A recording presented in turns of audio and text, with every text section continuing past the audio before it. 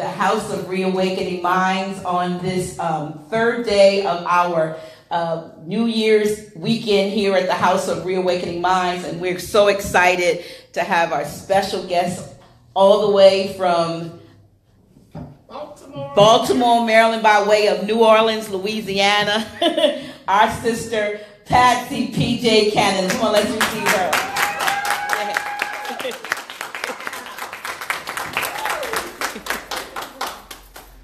Good afternoon, and it's a pleasure to be here. I count it all joy. I met Nailah, how long ago has it? I think it was like 2012. 2012. At a workshop. She had her book, I had my book, and our spirits connected. And she's another reason why I love social media, because our friendship developed via social media. So welcome. And I want you to just, all of us, to first get centered, because we came here from Baltimore in a lot of traffic, and then we had to make a snack stop for some. So we just want to gather ourselves together. The energy in this place is amazing. Walked in and it felt very, very good in here. We were greeted with a warm welcome, so that always feels good, because for the first time, you never know what to expect. So to feel the warmth and the energy was really nice. So why don't we just take some deep breaths and get ourselves centered and present, and know that we are here now. A Course in Miracles reminds us that there's only the holy instant. That's the only time that's real. Everything else is just an illusion. And if you think I'm lying, I'd like to see somebody pull back yesterday into this moment right now. It's just in your head. It's just a memory. So we are present here right now, taking a deep breath and inhaling, and finding your center. Just being present. And in this moment of finding our center, I know that the now moment is the only thing that's real. And that's where love resides, God resides, omnipotence resides, omniscient resides, omnipresent, all-knowing. Everything I need to know is right here in this moment now. The questions and the answers are all right here at the same time. That's who Source is, all-knowing. And here's the good news. I'm one with that goodness. I'm one with that omniscient Source. Created me just like itself. And what's true for me is true for every soul in here, every soul watching. Ain't but one of us. So it's with that awareness that I am all-knowing, all-present, and full of power. I declare that right here, right now is a perfect time, the perfect place, the perfect situation for us to just rediscover, reawaken what we already knew, because we came here knowing. It's just part of this journey we decided we wanted to forget. So we come here ready to reawaken and discover some truths about ourselves to create a better life, a more blissful life. So I'm delighted that I am the catalyst for this awakening that you will discover today. I'm grateful for the opportunity to be before you. And I know it's all done, so I just release all of that into the glory of goodness, the law, the divine law of one mind, one source, where my words now made manifest in experience and in form. So if you didn't recognize what I just did, I am a licensed religious science practitioner, and that was called the spiritual mind treatment. An affirmative prayer, 5-step prayer that we do. So As many of you may or may not realize, today is what? What's the day in the Christian tradition? Palm Sunday. Palm Sunday. Did you come riding in on your donkey? Did they wave palms for you? Well, they should have, because you are royalty, right? That's who you are. And it's celebrated by Christians all over the world. So I am going to take the metaphysical aspect of Jesus' life, and we're going to take it and uncover and discover and reawaken to some mysteries about our own life. I happen to love rituals. I absolutely adore rituals. And I've recently discovered the joy of having an ancestor altar and doing rituals with my ancestors. So I just adore that. And I loved Easter. Easter was just another ritual for us growing up. I don't know if anybody else here did, like, when I grew up, my father was a Baptist preacher. So for Easter, we had our little Easter parade. I was guaranteed some new white patent leather shoes. I was guaranteed a bonnet and some gloves and a new outfit. And back in the day, Nailah, we even had those Shirley Temple curls. So that was a guarantee for Easter. That's a ritual. I knew that was going to happen, right? And I also knew that we would have dinner by relatives. We would get our Easter basket. And that was a ritual. And for me, that was a joy-filled time, because my mother, who was a very beautiful woman, had this idea. I know now. Bless you, Mama.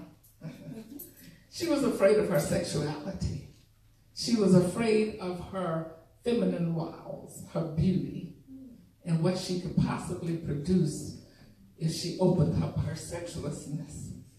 So her message to me was not to be pretty, too pretty. So Easter was a time to be able to be cute. Because again, my mother had this idea, if someone told me I was pretty, the first thing she said, don't tell her that. I don't want her to think she is. And she wouldn't awaken to hers. And I think, in hindsight, it's because Mama had a little wild oats. She was scared to let loose. Yeah, that's how we do, right?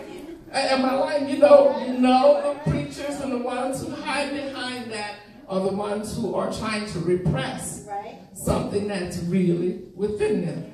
Well, she couldn't repress mine. Wasn't gonna work. Try as she might, it wasn't gonna work. And in hindsight, I think she was really glad to see me take advantage of, what's gifted to us as women, right? Because we can do some powerful work when we unleash our sexuality. You hear selling yoni eggs, you know what I'm talking about.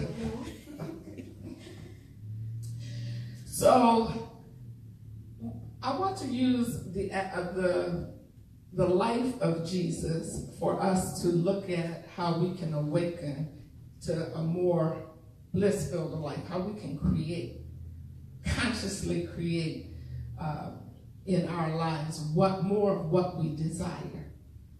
How many of you know that you are a metaphysician? You know that you have creative power residing in you.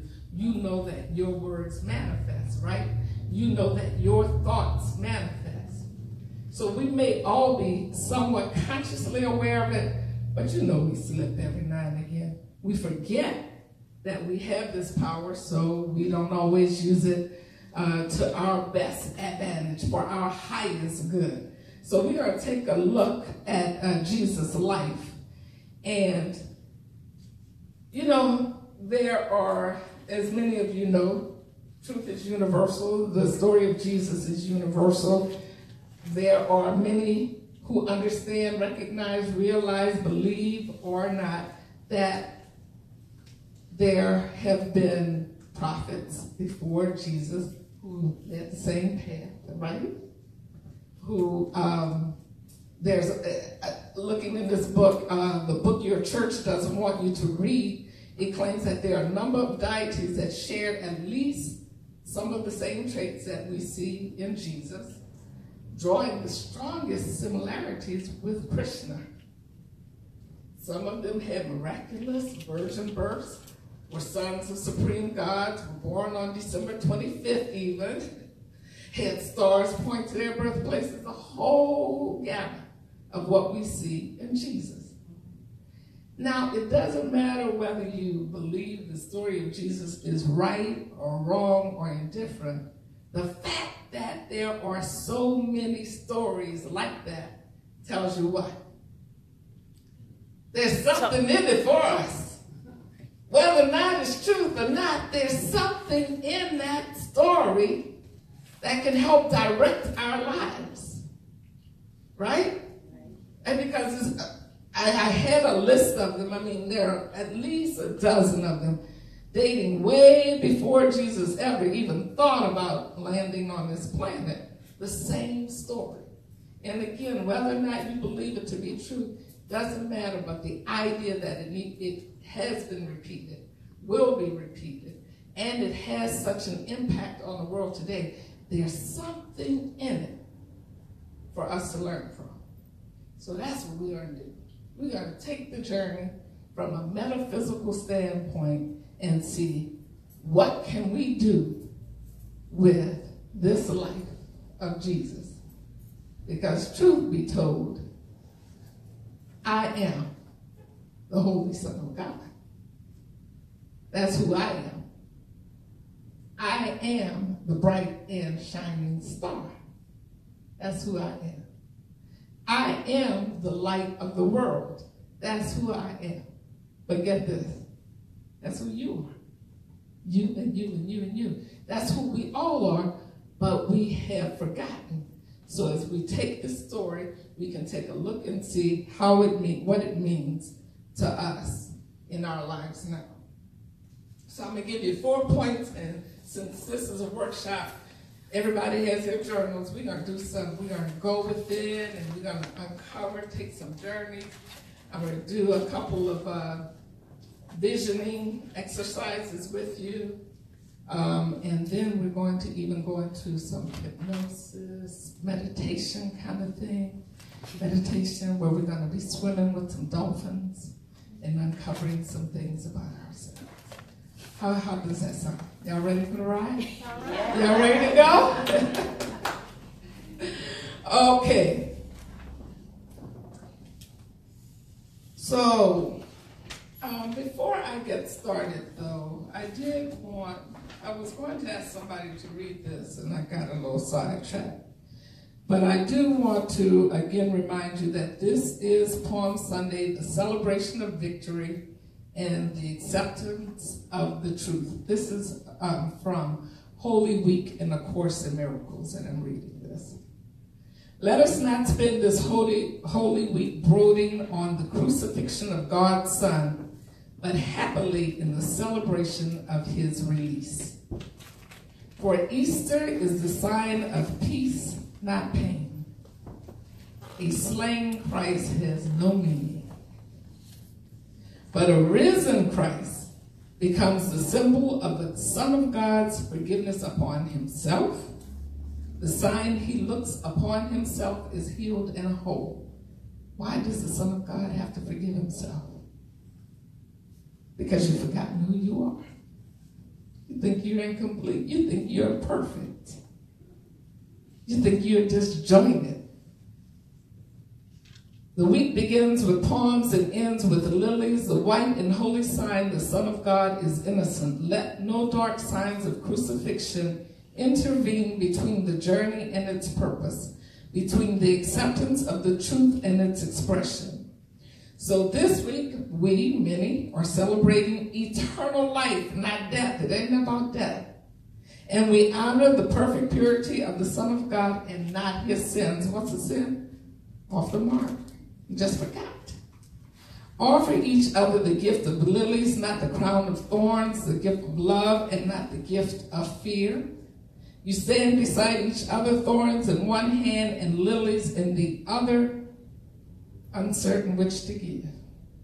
Shall I give you the thorns or shall I give you the lilies? So this is the voice of Christ speaking. And the voice of Christ says, join now with me and throw away the thorns, offering the lilies to replace them. This Easter, I would have the gift of your forgiveness, offered by you to me and returned by me to you. You give me lilies, I give you lilies. We cannot be united in crucifixion and in death, nor can the resurrection be complete till your forgiveness rests on Christ along with mine. And you guys know the Christ mind is us. It's us. So Easter is not the celebration of the cost of sin, but it's the celebration of the end of sin. And the end meaning our forgetfulness, our forgetting who we are, created in the image of all that is good and perfect. So when we think about the journey of Christ, think of the different levels of initiation of the soul. So in the journey of Christ, you've got the nativity, the baptism, the transfiguration, the crucifixion, and then, resurrection, right? So let's take a look at 4 points, 4 steps, 4 processes.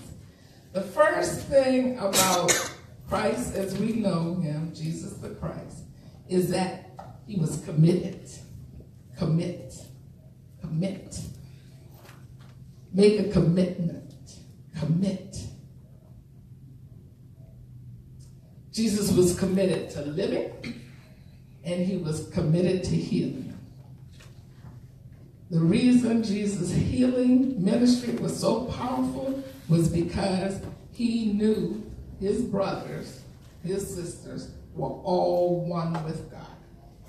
He knew he was a light, and he brought that healing light into the world. He didn't doubt himself. He didn't have any second thoughts about who he was, and when he did, he quickly remembered, right? Take this cup from me. Oh, wait a minute, I got this cup. I can handle it. Right? He knew he could speak and the lame would walk. He knew that the power that was in him is in each of us. And he said it real clearly. Look, what I do, you do. God's in me, God's in you. Same thing. We're all one. So he recognized his divinity and he used it to serve the world, to live and heal the world and live life fully. So you have this power, but in order to unleash this power, you have to be willing to commit. And here's where the commitment begins. It begins with self. What are you committing to yourself? Because some of us think we can go out here and service the world, and we are not taking care of ourselves. Some of us want to be healers, but yet we're not sitting still and doing the things that we need to do for self to be healers. Jesus was totally in. He was committed. He didn't hesitate to sit himself still and do some meditation, right? He was committed to that. He was committed to being honored and recognized, right? They tried to tell him, oh, don't let him use that expensive oil on you. He says, you know who I am. I know who I am. Let her use that oil on me. Get out of here, right? He was committed to self-care. And he knew, and it was from this commitment that he could commit to the community. He could commit to his disciples. He could commit to the world. So where are you committed? How committed are you? What is your commitment to self? I'm embarking on a 60-day detox. Juice detox. This is day 9. The most I've ever done is 10 days. So come Tuesday, I will break my record. And why am I doing that? because I'm committed to self-care. I'm clear that there are toxins in my body, and if I do a detox, then I'll reboot myself and do some self-healing. Now, of course, I could say, you know what, that's too much trouble. I love eating, which I do. I love me some food. And the kind of eater that I am, if I gave up third and fourth helpings, I would be at least 20 pounds lighter. I could keep to the second helping. That's how much I enjoy eating. But I recognize that I control this mind. This detox is allowing me to tell my mind, I'll run this joint. I'm in charge. So it's a spiritual detox as well as a physical. It's my commitment to myself. It's my commitment to myself. So we all need to step back. Where's your commitment? I've become more committed to my ancestors. I mentioned to you all, I have set up an ancestor altar. After I brush my teeth, I've committed to my ancestors. I'll come in there and talk to y'all. And they've got some stories to tell me. They've got some guidance to give me. Wow. I don't know, anybody here have an ancestor altar? I'm telling you, you want to open up some blessings, you want to see some things happen, set up an ancestor altar and just do a little fellowship with your ancestors. You will be surprised at the doors that open. So I even go so far as I'll bring them coffee every now and then, some water, I keep a candle burning. But this is my commitment. This is what I was led to. And if you had mentioned this to me 2 years ago, I would have looked at you like you had two heads. Yeah, I hear from my mama, but I never thought about setting up anything for her. But I have grown to understand that because of my commitment to my spiritual development, right? And all of you have made a commitment because you're here now. So what we want to do right now is go deep. Unlock some mysteries. See what it is you need to be committing to. What is your commitment?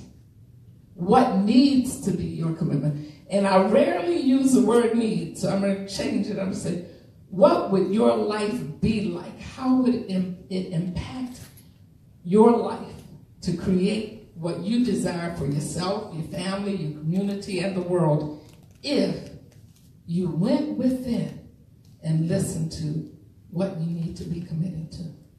So we're going to take a moment and look at commitment. What is it that I need to commit to? So I'm going to take you guys through a visioning exercise. And I'm going to ask you to get yourself situated in a meditative mode, because we're going to uncover that you have some intuition of higher self, your voice that is anxiously awaiting to speak to you, wants to tell you some things. So we're going to go within, because every answer, every question you have, and every answer is where? All inside. It's like Prego. Y'all remember that commercial? It's in there. It's all in there. It's all inside. So we want to get in the habit of going inside, going within to hear those answers. And this is visioning, not visualization. Visualization is something that I've been doing, through this past, just seeing myself. I have in the past struggled with high blood pressure, but I know it's gone because I've been seeing it. I've been visualizing it. But visioning, on the other hand, where I'm seeing myself with a lower blood pressure and healthy, that's visualization. Visioning would be me going within, and Spirit would tell me exactly what I need to do to make that happen. So that's where we're going to go now. So I'm going to ask you all to kind of shake it off. Find your center, sit upright, and you'll be able to get back into a space that's more comfortable for you. But for us to start, just getting present, we're going to sit upright, get our Shake off any debris around you on your aura. Let the dust, shake the dust off. And then just at your own pace. For starters, I'm going to ask you to put your feet, like that, on the floor. Just for starters, you get back into your situation. This is just, I guess, to get that spine straight and the kundalini rising. Okay, so when you're ready, just take a nice inhalation, a nice deep breath in through your nostrils, and then just exhale through your mouth. We're going to call these cleansing breaths. Take a few of those.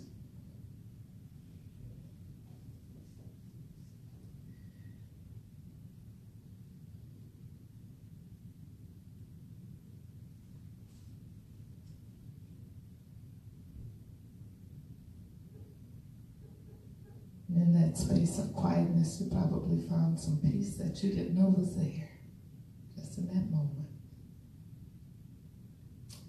So continue to breathe through your nose and out through your nose or your mouth, whichever is more comfortable. But I'll invite you to put your hand on your abdomen so you can feel your belly rise with your inhalations and exhalations. And do the same with your exhalations.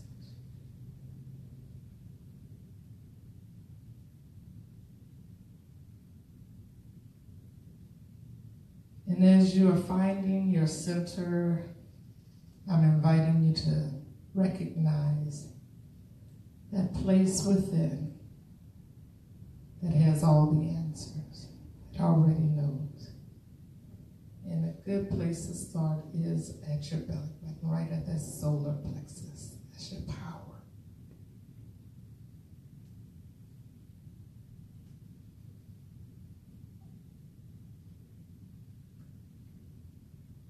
And I'm going to give you all a series of 4 questions. You don't need to write the questions down, but you can label them as one. You're going to be in a meditative state, but you may get answers in the form of a song. You may get answers in the form of a color, a picture, or words. However it comes to you, it's good and perfect for you.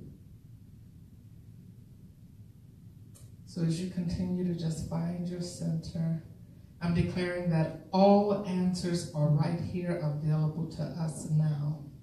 It's inside each and every one of us. The question and the answer always reside on the same plane together. Nothing new has to come to earth for us to have the answers. Everything we need is here. Everything is already inside. And I know this to be true because I know we were all created from one universal source, all-knowing source that created us like itself. So all answers are inside. And in this visioning, as we focus on commitment, the first question is, what must I commit to in my life for my highest good? The I is you. What must I commit to in my life for my highest good?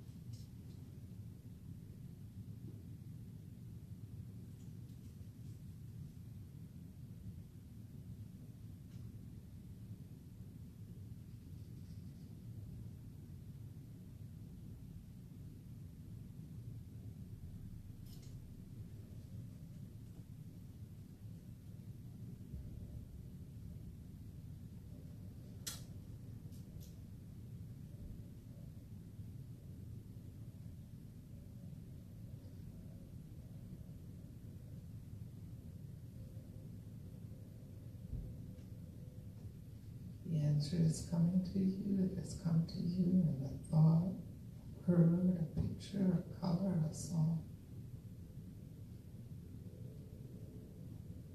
You don't want to debate it right now. You just want to allow to hear, to see, to feel, to experience that answer. What must I commit to in my life for my highest good? You may feel free to journal it or write it or hold it in your memory.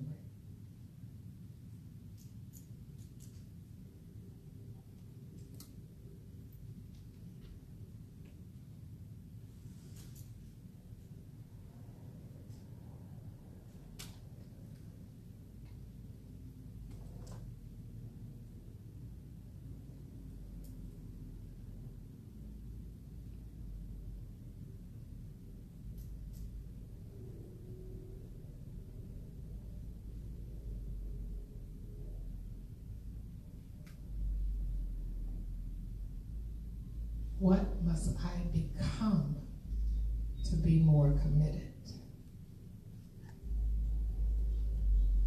What must I become to be more committed?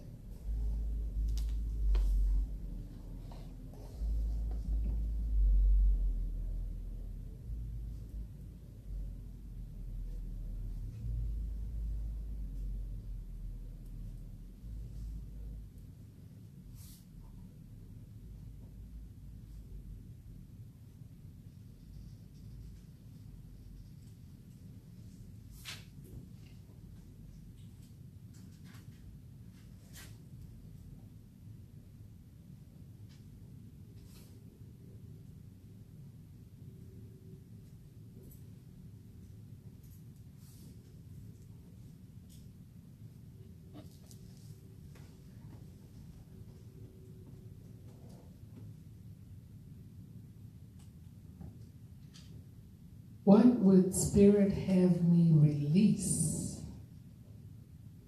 so that I may be more committed?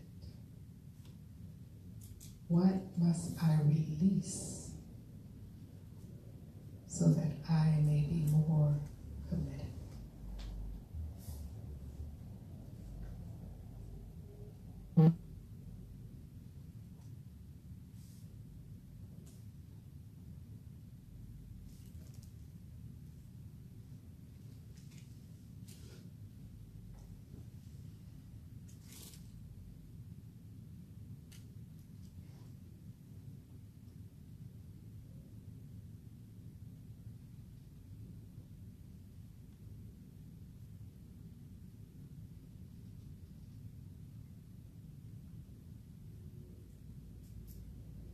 Go with the answers that are flowing to you. It's all good.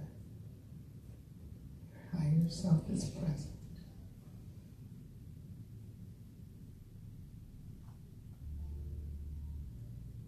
Now, what would Spirit have me increase so that I may be more committed?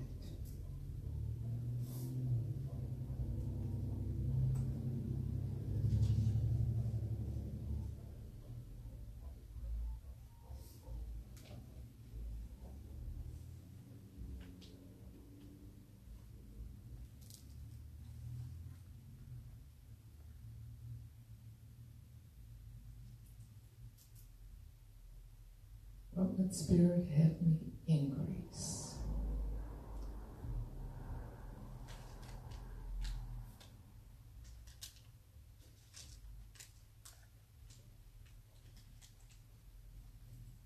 Is there anything else that Spirit wants me to know about commitment? Is there anything else that universal life force, God, Spirit, goodness, wants me to know?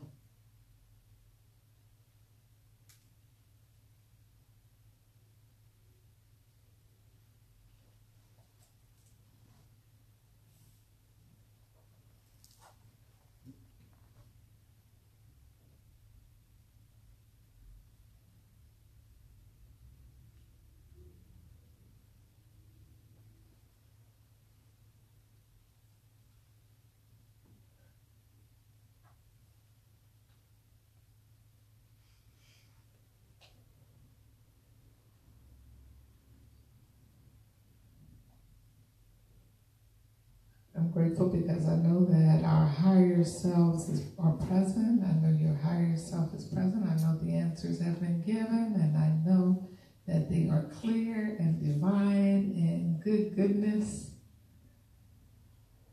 available to you to live a more blissful life. So, how we doing? How we doing? Anybody got anything they'd like to share? Any surprises? How was that experience? Confirm. Yes. Oh. There's the mic. I have this mic. No, not your mic. I need a mic runner. Yeah. Anybody want to share? Personal? Yes. Oh, yeah, I'm working now. I'm trying to see who's going to do it. Do I have to stand? It's on you. There you go. Give it some power. Stand up. My name is Dawn. What came to me, The mic up. which is odd, it never happened before. My answers were colors. So the first question, it seemed like my colors were start off green, then like violets or purples or something like that. Then the second question, it kept coming, it got more purple or violet like. But then on the third question, it went dark, I think. I can't remember, I just know that it went dark. Well, I don't remember the question. It was about releasing. That was releasing. Yeah, it went dark. Okay. And then it went just totally black. Then on the last question, well, the next question, the fourth question, it went, it seemed like it started clearing up, it went to a blue, and then it went white. Then I think it was one more question after Is that. there anything more? And sometimes you get something. It stayed the same. It was Okay. went white, just totally white.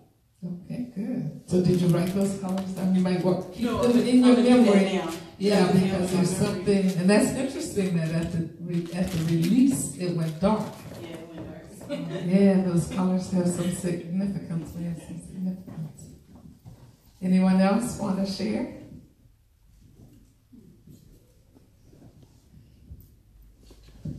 The first two questions for me, and thanks, Pat, because you really touched home with this about the commitment, about being committed. And the first thing that came to me was self-discipline. And like just watching you in your juicing, you have to have self-discipline in order to do that. You can't grab that chip or, eat something else. You have to be disciplined in your juicing. So like that's the first thing that came to me. And I just know there are a lot of things that I plan on doing, and I'm going to need self-discipline in order to get it done. So thank you. That's your commitment. Yeah. Okay. Anybody get any surprises with release?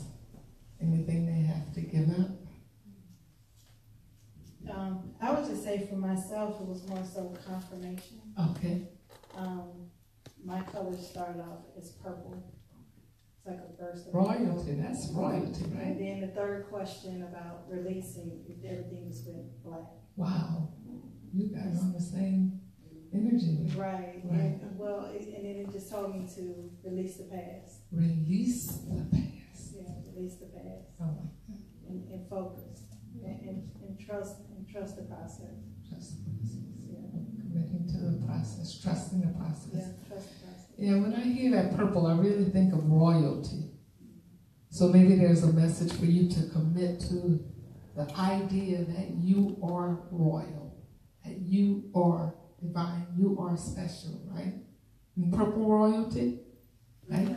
Yes. Yes. So it was great. The confirmation was good.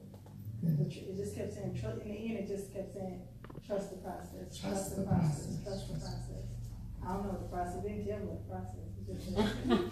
It just said trust the process. Trust the process. Just be in it. Okay. Good. When you said okay, and your higher self will delightfully guide you because you said yes. Right? Right? Thank you. Anyone else? We good? I was just trying to think of the wording. I had a feeling of what was being communicated to me. And so now the wording was, energy is infinite. While energy is infinite, timing is limited. And so the emphasis was given to be responsible with the timing that I'm given, because you'll miss the moment that is trying to be revealed to me.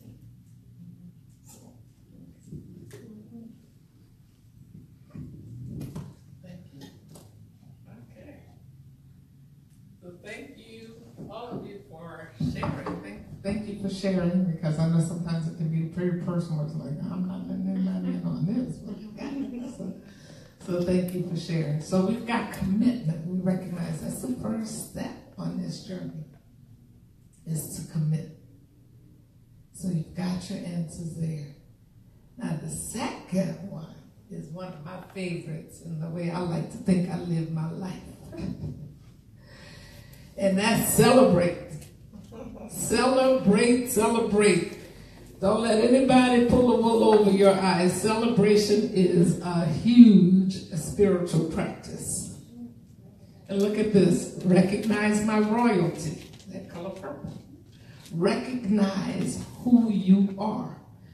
God, you've heard this before. God don't make no mistakes.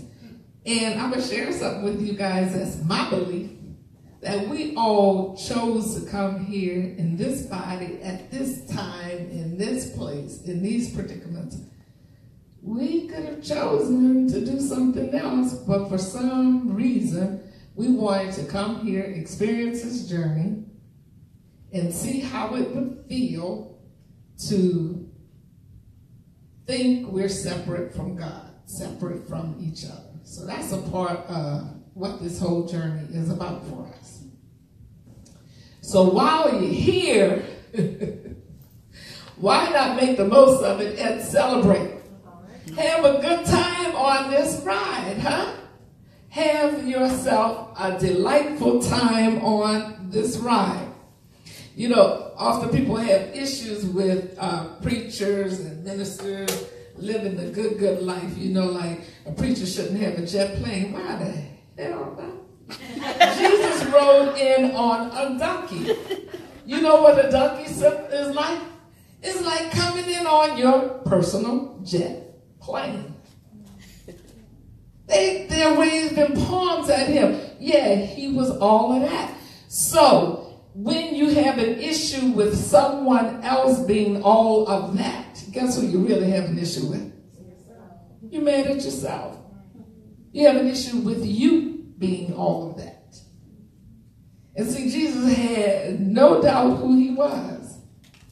He knew, I'm the Holy Son of God. I'm all of that. You know what? They're going to receive me. I'm going up in here and get a good meal because I'm going to live off the fat of the land, off of other people's salary. Yeah, he ate at other folks' houses, right? Sure, he could take a fish and a couple of loaves of bread, and he knew how to make it more. But he didn't have any problem with living off other folks because he knew who he was. So when we have issues with folks living a good life, you know, yeah, but I don't think no minister should be making all that money. They're supposed to be serving the word, teaching the word of God. What kind of foolishness is that? You want somebody who's teaching the word of God, standing up, representing all that is good and perfect and got all these riches, but yet you want your preacher to be poor. I would feel some kind of way if my teacher was always in lack, right? Because I'm trying to live the abundant life, so you be a demonstration so I can understand, right? So a part of that is celebrating. And celebrating helps you become more aware of your desires. You see, if I'm sulking and I'm so caught up in what other people have and maybe they aren't deserving, I'm not able to tune in and feel the vibration of what I really want in life. But when I start celebrating and being in gratitude, then I'm just expanding, opening up for more and more possibilities. So my desires get stronger and clearer. The problem is not that we aren't great manifestors. We can create some stuff. The challenge is we don't know what we create. We're walking around asking for a little bit of something when we got all of this to choose from, or we're afraid because I'll say it, my mama believed in scarcity. She had this thing about, she grew up during the Depression or whatever she grew up in, and there was a lack. So that was built into us, so it quieted, it diminished my dreams and my desires, and I didn't even know how to dream big. You know, some of us are scared to dream big. We start dreaming, we get ready to buy a house, and we start thinking about the real house we really want. We say, well, no, I better not look at that one. Let me look at something a little more reasonable. We don't know how to, our imagination has not been allowed to run wild. And your imagination is your greatest gift that you have for creating. And you get all of this with celebrating. Why is it you get it with celebrating? Because you're in a happy state. You're loving life.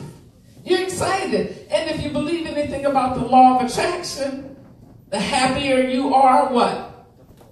The happier you be. The more happiness comes your way. So the more you are in a celebratory state, the more you have cause to celebrate. Make sense? Makes a little bit of sense? Yes. A whole lot of sense? Some sense, kind of sense?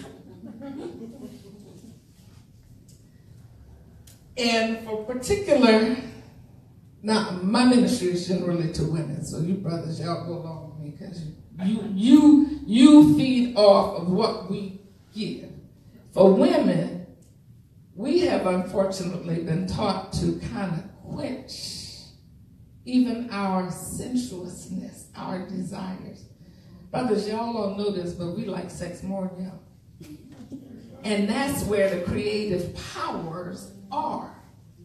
But see, the whole system and situation been teaching us, good girls don't. Right. You know, no, don't even pretend you like it. Yeah, don't even pretend. But a woman is a creative force. What? You give her a little sperm and she gives you what? She give you a baby? What? So celebrate even that, even the idea, the thought of your sensuality, your juiciness, who you are. Celebrate that. Yeah. Yeah, get on the dance floor and twerk. Yeah. Do all of that and some. Yes. Loosen up. I mean, for real, y'all, we only have one ride here. Right. Huh? We're going to choose to come back and might come back as Trump next round. And wouldn't that be some shit? You know, that would be a bummer when I got all of this to back up, you know, in this journey. So do it, celebrate, because in that celebration is creative power, creative juice. But when you sit down sulking, you just create more of that. Get your celebration on. So I want you to just think about some areas in your life where you can celebrate more. Now, some of you, everybody's not going to back it up, but that's my thing. I'm not going to lie to you. Somebody, a celebration might be, I'm going on the beach and lay out on the sun and read a book. Somebody's celebration might be, I'm getting a pedicure and a manicure. I'm going to do double duty. Right? Somebody's celebration may be to decide to go with their girls trolling. On our ride up, right? We made plans, right? Because we really have one shot at this. And if they don't say anything else about me when I die, I want them to say, that girl lived her life. Man, she lived her life. So experience it all in the form of celebration, because you expand. It becomes more and more expansive. You get in tune with your desires, and when you are aware of your desires, it helps with your creative process, because you are so celebratory. You're in a state of gratitude. It comes together. You ever saw anybody dancing and have a good time and they're not in a good mood? You're not celebrating. You're not in a state of gratitude. That's one of the best ways. That's like sex, right? You're in the now. Can I say it? Can I go there? When you're having an orgasm, you ain't thinking about no bill. Right? Right? So when you're celebrating, you're in the present, in the moment, in the now. So we're going to go back and we're going to take that experience that we did with commitment and look at celebrating. That's your second C. We've got commitment. Now we've got celebrating. Some of you have been really lax in how you can celebrate life. So it's time. It's time. So we're going to just go back for a moment. Once you get in that spot, touch your solar plexus. Take a deep breath. And allow your higher self to share with you. Your higher self is like, boy, I've been waiting for you to ask this question. I have been waiting for you to ask, because I'm ready. It's ready. Listen. Listen. Higher self. Spirit. All that is good and perfect. Tell me now. What is it that you would have me do to bring more celebration into my life? I'm listening.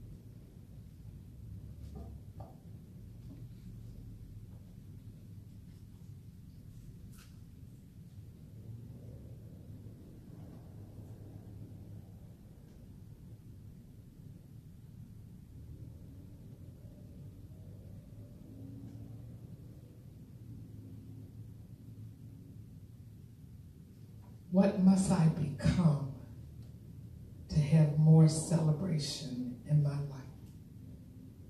What must I become to have more celebration in my life?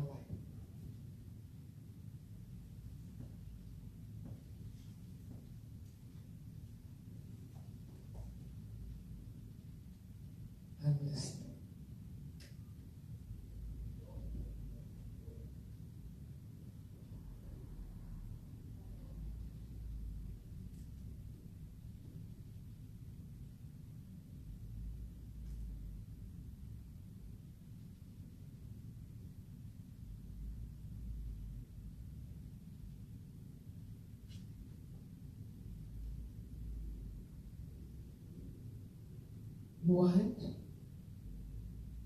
would my higher self, spirit, goodness, God, universal source, one love, have me release so that I may celebrate more in my life? What must I release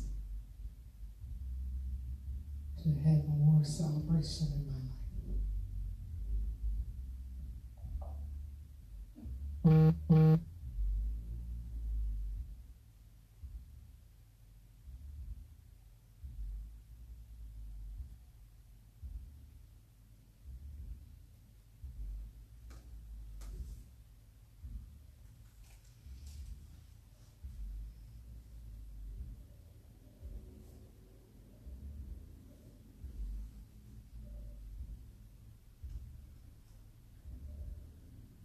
What must I increase to have more celebration in my life? What must I increase?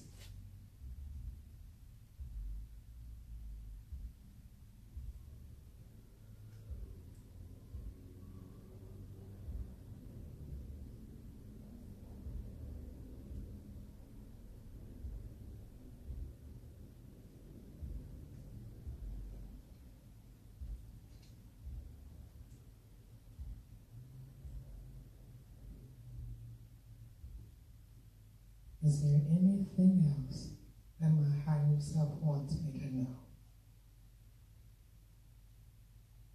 I'm listening.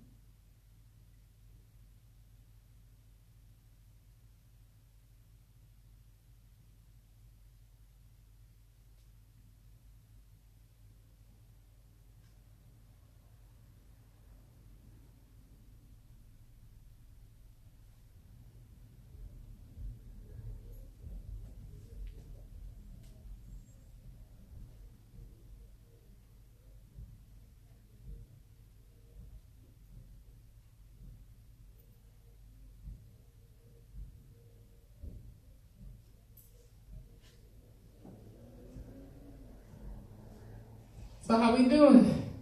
Good. We got some more celebration. We've got some answers. Anybody dare share?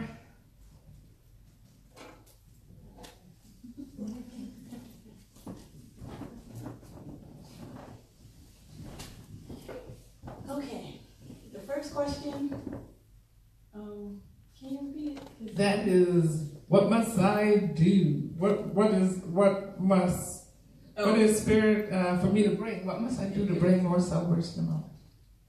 Dance. Dance. Right up my alley. Yeah, it was dance. And then, What must you become? and that said to change everything. Just change everything. The next question was, I think, what must you release? Mm-hmm. My man. I do. What do you mean? Spirit, higher self speaks. Hey. And then the fourth one was to travel. Oh. And then have fun. Have fun. Have fun. Have some fun. Girls just want to have fun. What the guys want? I know that's loud, but video. Anyone else want to share? Dare share? I think the first question was, what must I write down? We're listening. What is Spirit's divine vision for me to bring more celebration into my life? For me, it was basically, I heard myself tell myself, Mm-hmm. that's my higher self, that I needed to stop worrying and being concerned about who I was and celebrate where I am. Yes. And, with me, I think it's more like the injury. And I'm looking for yesterday and I need to be happy in the now. And that's what I heard. Sweet stuff. Good. Thank you. Sweet stuff. I can see that. Anyone got any surprises? Is this something you innately knew already? Need to bring more celebratory, bring more celebration and fun into your life. So we've got commit and we've got celebrate. Can you guess what's next? When I think about Jesus, what did Jesus do? What happened? What was the big deal? In his journey, what was up next? Come on, y'all. Y'all know what was up next. Sacrifice. Crucify. Something gotta die. Something got to die. Oh, yeah. Crucify it. Something has got to die. You know, folks are afraid of that death card in the tarot, and if you really understood, you know that's one of the best cards you can get. Because guess what happens with death? Something new is being born, making room for something. So every day that you wake up, you should be asking, what must I die to today? What must I die? That's all about that release. When you saw that dark, what must I die to? I need to die to a little unforgiveness, some anger, some bitterness. Huh? What do we need to crucify? Some regret? Something's got to die. Some dream deferred. Something's got to die. How are you going to make room for something new if you're still holding on to something that needs to be buried? What's got to die? Is it an addiction that has to die? You ready to kill it off? Let it die. Crucify it. What is it? Food, addiction to food. We don't want to get rid of all food, do we?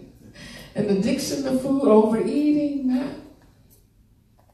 Choosing the wrong relationships, denying yourself. Die to it. Let it die. Crucify it. Have a burial service for it. Bring in the second line band. We always want an excuse for a second line, so we have it for celebration and for crucifixion, for death and birth, right? But something has to die. Embrace it. What are you willing to let die? Old habits, old thoughts, old ideas. Nailah, you took a big step when you said, I'm dying to what I know is not true. I'm letting it go. I'm going to quit being the fake. I'm going to walk in the truth. Absolutely. The truth as I know it. And what's true for me, what my truth is, may not be your truth, and that's cool. Right. That's cool. Understand this. You don't need to be where I am with my truth, because this journey is all mine. We are one. But in this peace part, I may need something else in my life. That's why we want to learn to become more tolerant of people's religions and their beliefs, right? Because for them, I never will forget one time I was on a train and I'm in my, no longer Christian kind of new age thinking, and this brother on the train trying to save the world and talking about Jesus and all this stuff for him, and he's passing out his pamphlets and he's telling his testimony. And he's going on and talking about the devil. Oh, that's the one that really used to bother me. He just going on and on about the devil. And he was loud. We were on the train. He was loud. I said, brother, don't nobody want to hear nothing about no devil. We trying to get to work in the morning. We don't want to hear. I can be a little gutsy when I need to be quiet.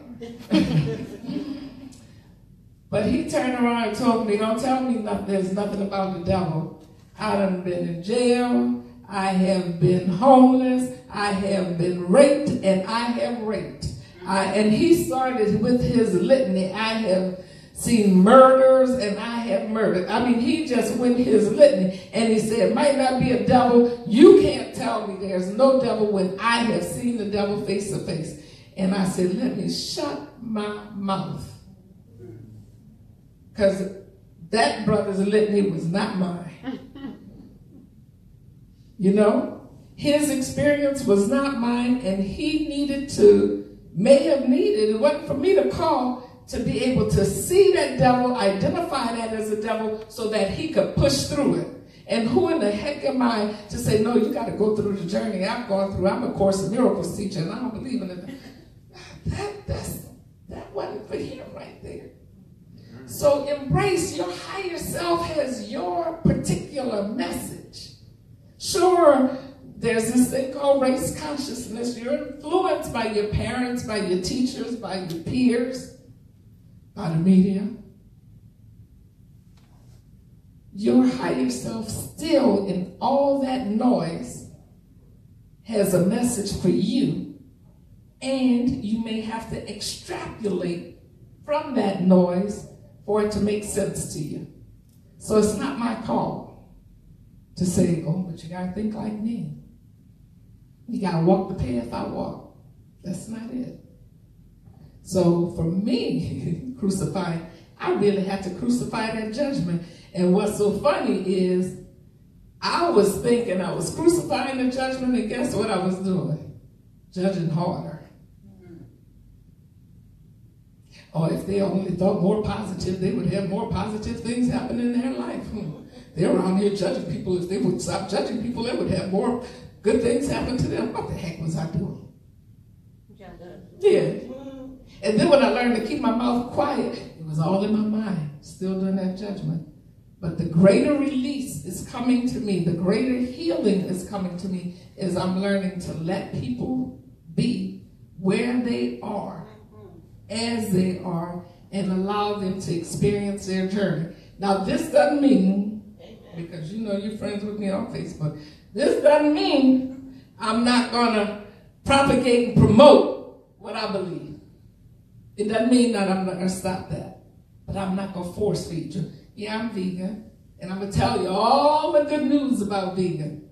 And I'm going to say how not being vegan can make you sick and all that other kind of stuff. But if you come to my house with your turkey sandwich, I could care less. You can even cook your bacon on my stove. I don't care, right? Do I have a problem with it? No, I don't. But I'm not going to eat it, right? Bacon at your Yes. So I'm sharing that with you because I want you to understand that we all have something to die to, but it's our own dying situation. What I have to die to may not be ready for you. So that's why you're taking this personal journey and listening to higher self. So this next exercise, we're going to go a little deeper. And this is where I want to get y'all with some dolphins. And we're going to do a little healing. And then we're going to allow the dolphins, we're going to allow the situation to just share with you what you need to let go, what you need to release, what you need to crucify. Crucify, because we know after crucifixion, this is where, what comes after crucifixion? Y'all grew up in the, somebody resurrection in this church. Resurrection. What come next? Resurrection. Shouting in the resurrection. Yeah, we got to, but you gotta have the crucifixion first, right? To have the dance. So let's get prepared to see what we need to crucify, what we need to let go. I'm going to do it. It's actually a meditation. I called it a hypnosis, but it's a meditation. If it were a hypnosis, you still would be very, very, very aware. Everything you do, just like before, you're very aware.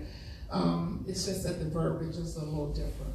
So you guys, I want you to get yourself comfortable, relax. We're going to go within and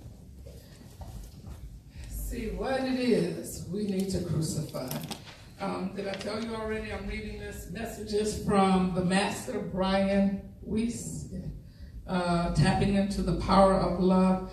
He also has a regression meditation in here, past life. So we are going to do this one. Healing meditation with dolphins. I have some music I wanted to play. I should have keyed that up first.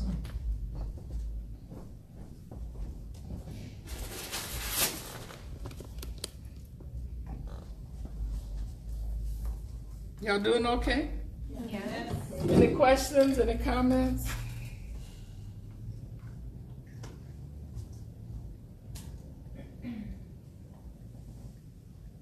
I'm not sure if I wrote this down correct, but when you talk about crucifixion, did you also say to celebrate the death of the crucifixion, what you're crucifying, to celebrate it? No, okay, so we've done 3 steps so far. We've done commitment, we've done celebration, and now we're getting ready to go into the crucifixion. No, I know. And inside the crucifixion, did you say to celebrate the We crucifixion? don't, well, you can if you're from New Orleans, because we celebrate everything. But the crucifixion, you can.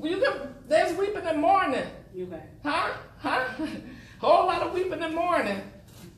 You know, sometimes somebody said they were ready to release a man. You think she ain't gonna cry about that? Yeah. There's weeping and mourning. And guess what? Tears are healing. So let the tears flow. Acknowledge there's nothing that death card in the tarot can be pretty menacing. Right? It's not a pretty sight. So it's okay. But that's what this whole journey is about, right? Something's gotta die. And we gonna die. Y'all didn't know that? You're gonna die. I'm vegan, I'm gonna die. Do I push the arrow? Oh, really?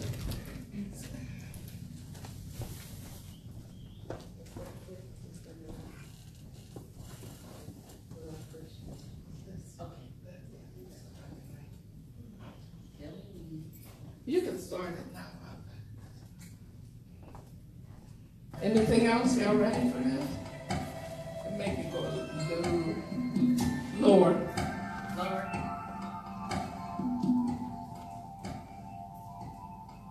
That's good. How's that? How's that sound? It's good?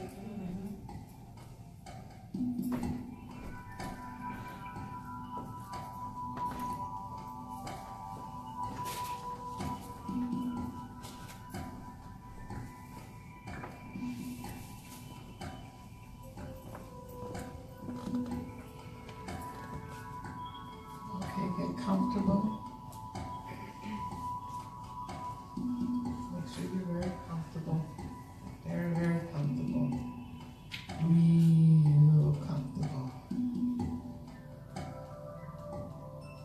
And with your eyes closed, I want you to take a few deep breaths.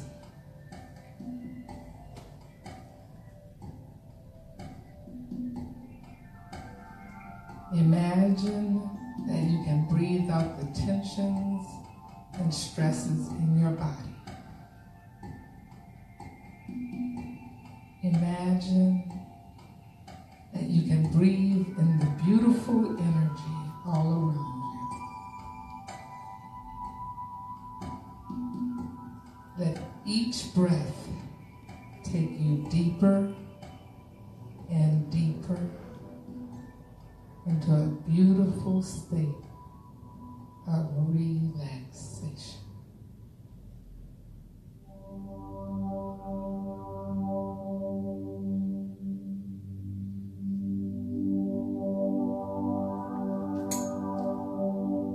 Now relax all your muscles.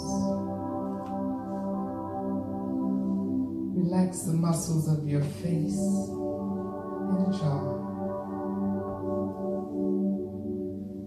Let go of all tightness and all tension in those muscles. Relax the muscles of your neck and your shoulders. Very good. Relax your arms.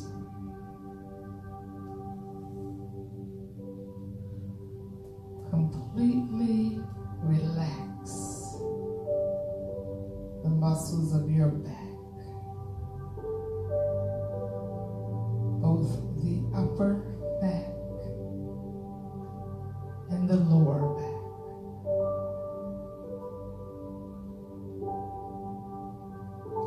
Let go of all tightness and all tension in those muscles.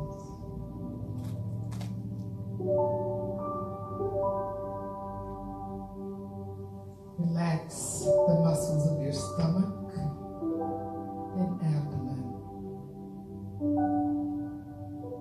so that your breathing stays perfectly relaxed.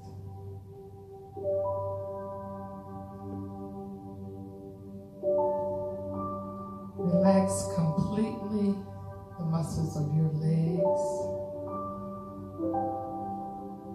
so that now your entire body is in a state of deep peace. You are so very relaxed. So very relaxed.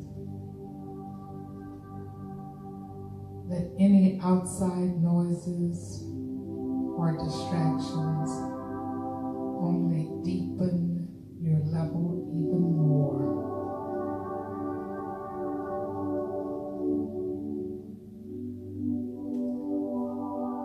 Imagine or visualize or feel a beautiful light above your head.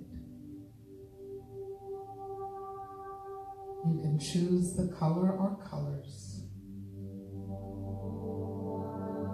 This light will deepen your level and heal your body.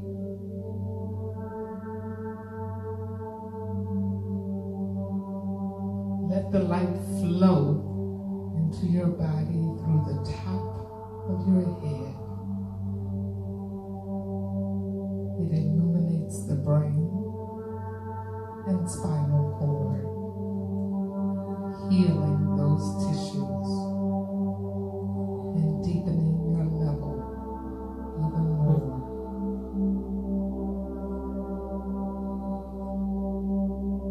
Let the light flow down from above to below like a beautiful wave of light, touching every cell, every fiber, and every organ in your body with peace and love and healing. Wherever your body needs healing, let the light be very strong and powerful in this area.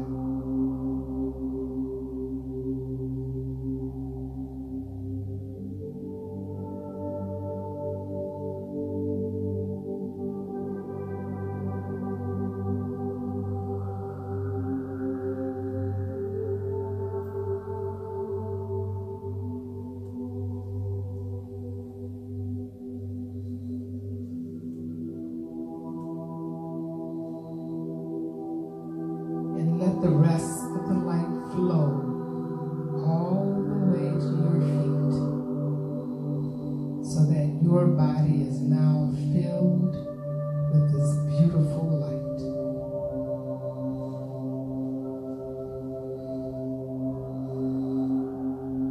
Now, imagine or feel a light completely surrounding the outside of your body as well, as if you were wrapped in a beautiful bubble or cocoon of light.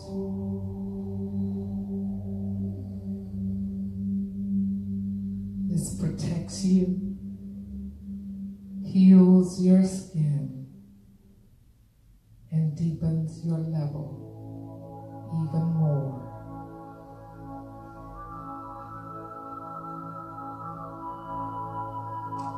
Counting backwards from 10 to 1. Let each number back take you deeper and deeper into the relaxed state. 10, 9, 8, deeper and deeper with each number back.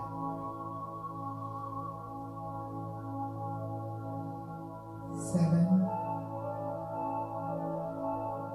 6, 5, more and more peaceful and relaxed.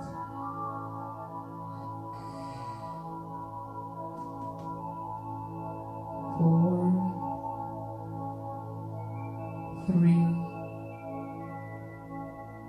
so calm and serene.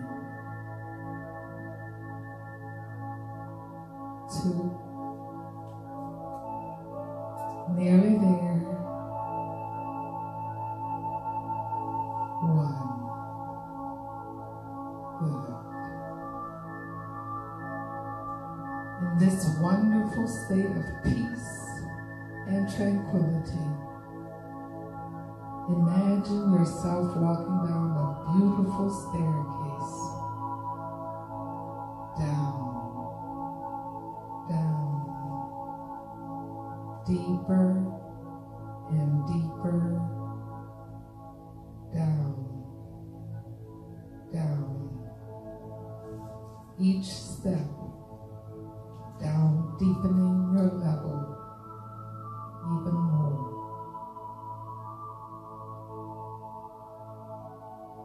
As you reach the bottom of the steps, in front of you is a beautiful garden.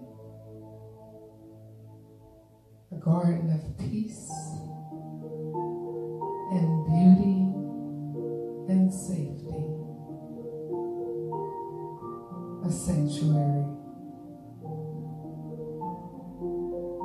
Walk into this garden and find a place to rest.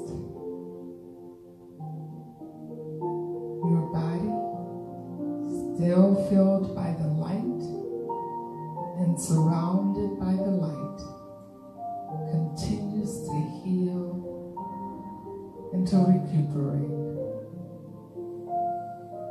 The deepest levels of your mind can open up. You can remember everything.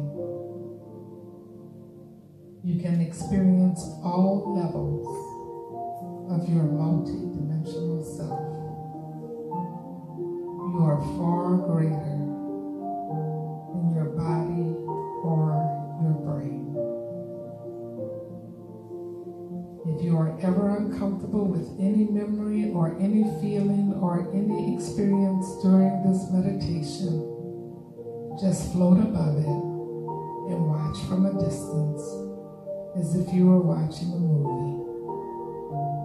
If you are still uncomfortable, float back to the garden and rest there, or even open your eyes and return to full waking consciousness.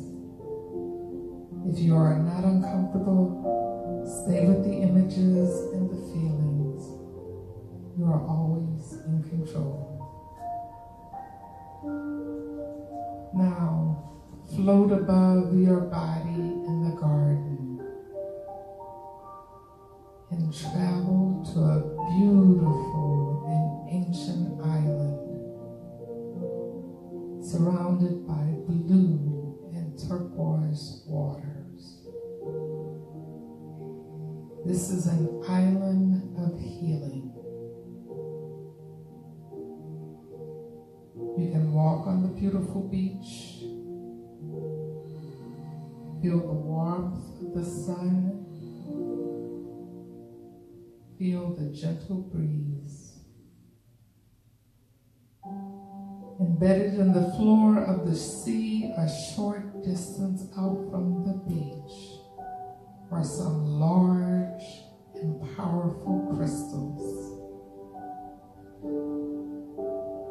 These are healing crystals.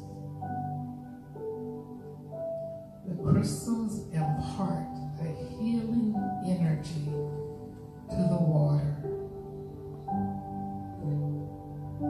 Now wade into the water as much or as little as you want.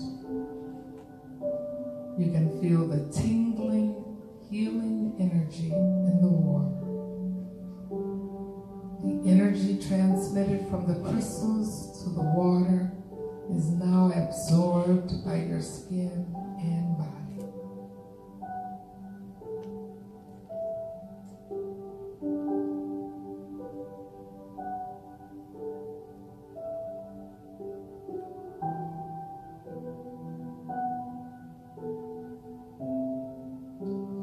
Now imagine that some very tame and very loving dolphins come to you to be with you in the water. Dolphins are master healers. They know just where in your body the healing needs to occur. They point to these areas. They help the water to heal.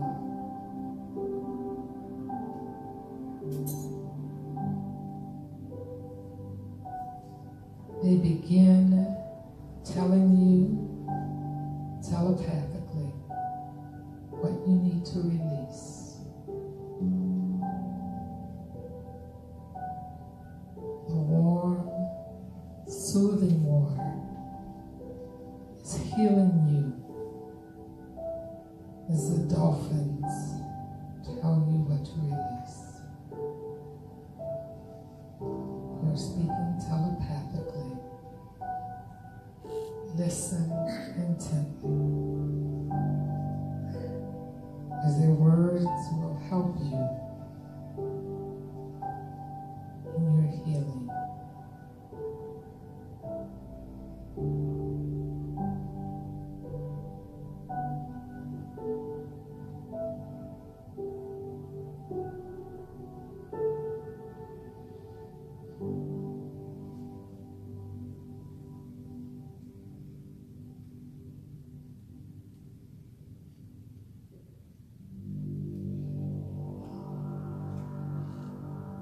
You can swim and play with the dolphins if you wish.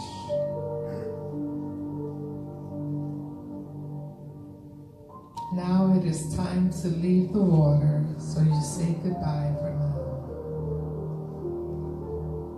But you can always return whenever you need or wish. As you leave the water, you notice you are immediately dry. This is such a special water. As you sit on the beach, reflect upon the words the dolphins gave you and the areas of your body that are healing.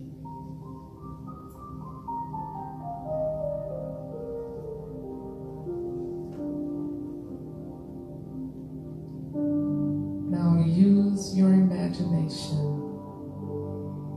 and become the old illness.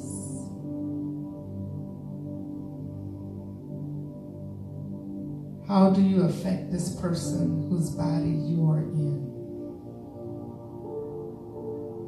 What messages have you been trying to convey? What role do you play in her life or his life? Are you useful in some manner? How can you be healed?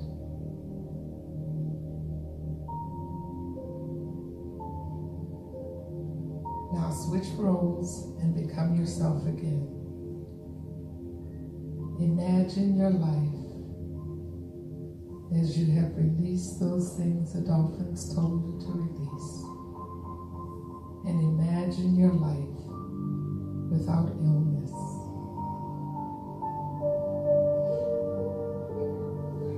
What have you learned about your illness? What have you learned about what you needed to release?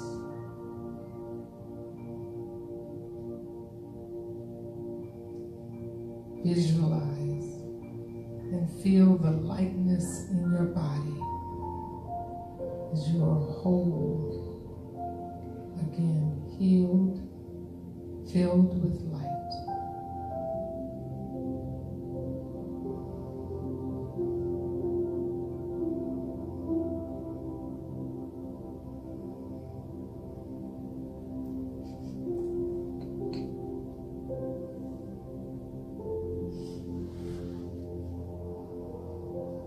Now, floating above the beach, you return to the beautiful garden.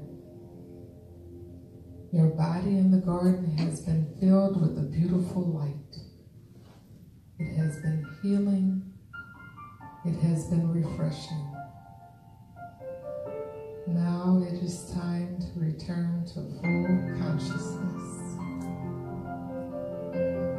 Counting upwards from 1 to 10, let each number awaken you more and more. By the count of 10, you can open your eyes and you will be wide awake and alert, in full control of both body and mind. 1, 2, 3,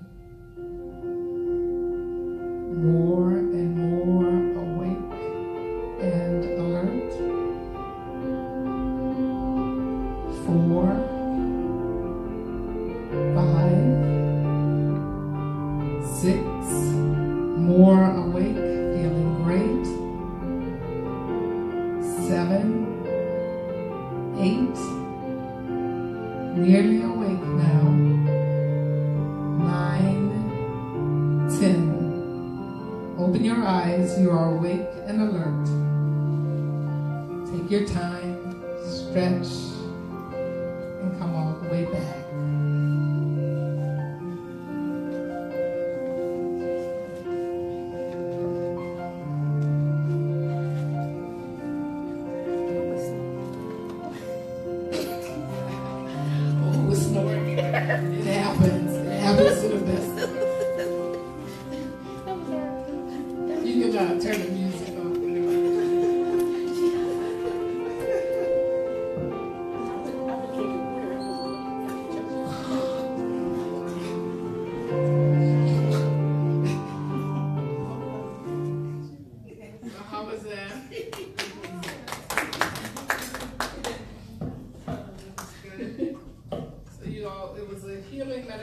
As well as a message meditation.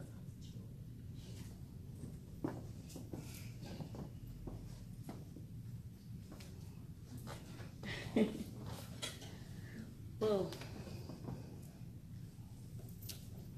yes. Was the message kind of like letting things go as you travel from one area to another? Was it? I'm not sure. So that's kind of what I received. That's what you. Yes, so that's what it was. Yes. How were those dolphins? Did anybody see them? I was afraid. You were afraid of them? I kind of like dolphins. I like ocean water. Oh my gosh. Just the thought of it starts healing my body. You want to share? yes, I didn't, Don't start by saying you weren't snoring. I wasn't snoring, that was you. That was you too. It was you too, though. It happened. It's still going on. The work is still still being done, even in the snoring. She was the last one. Even in the deep sleep, the work is still being done. I arrived at a beach, and it was like I was hopping on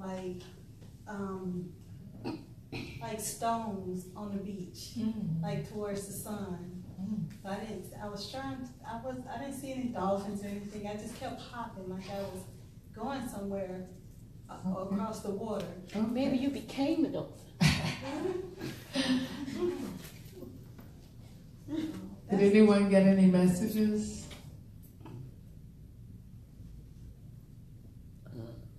Did anyone feel any healing energy, any light?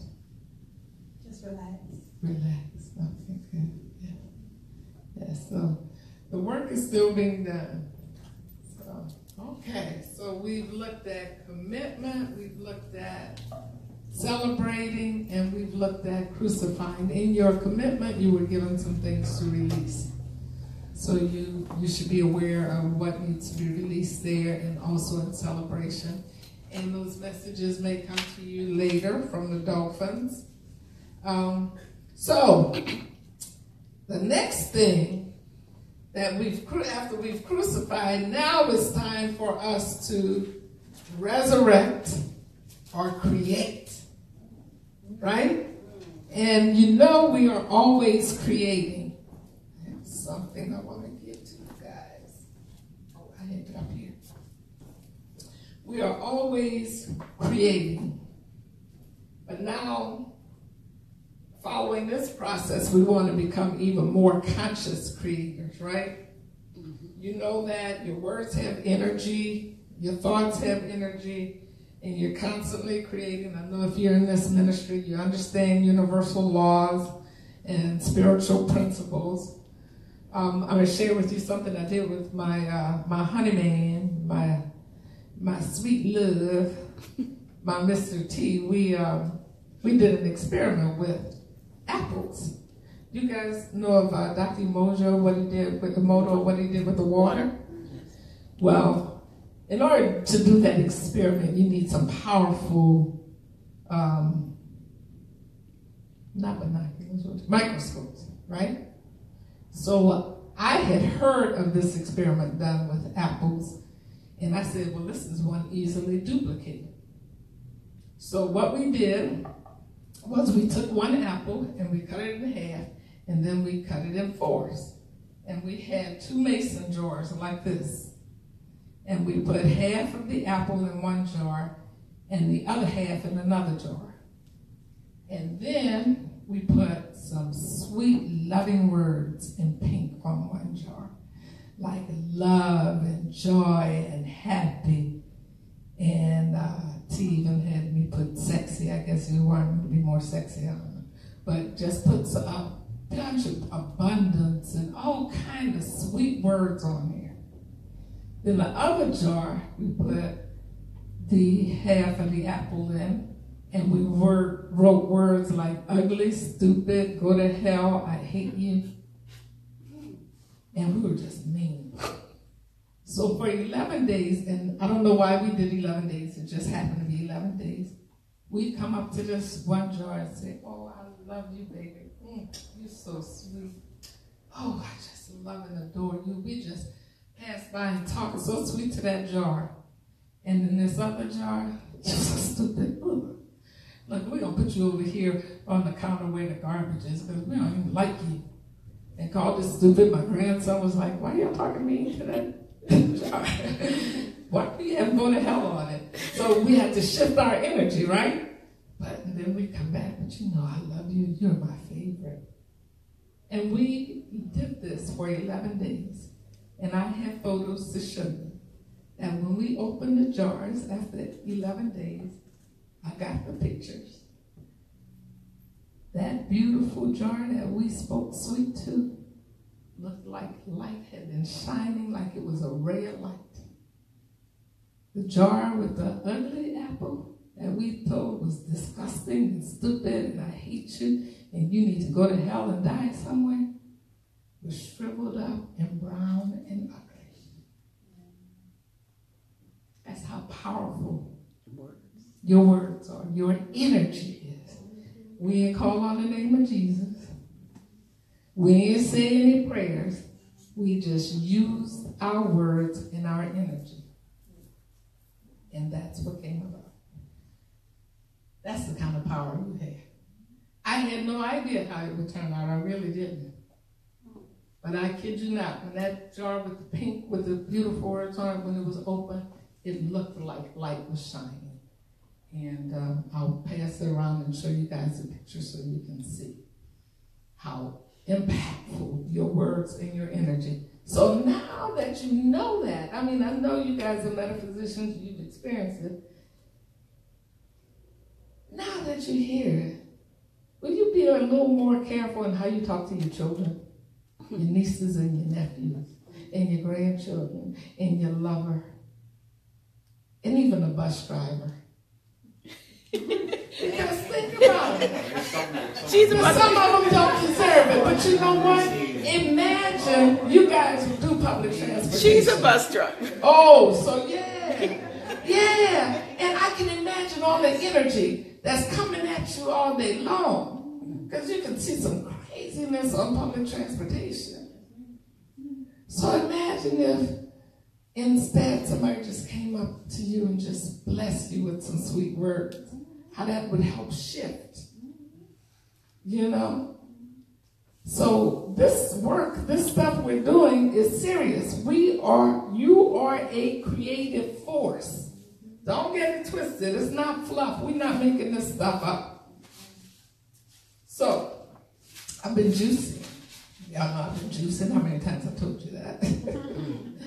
And in here I have some apple seeds. And I want each one of you to take an apple seed.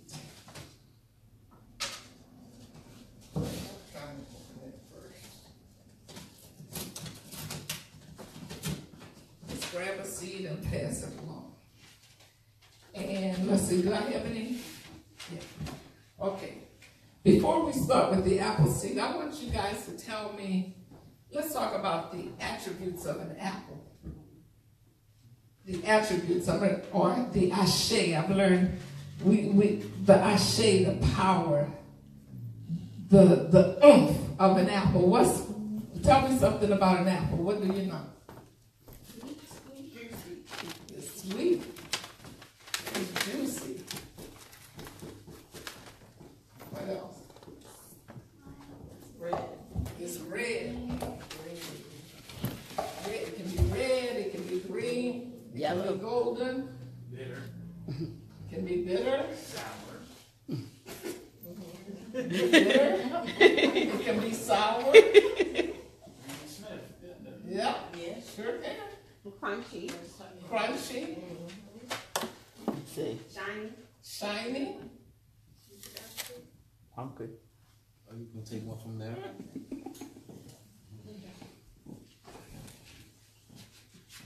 Apple a day keeps the doctor away. Healing. Healing. Healthy. Healing. Chris.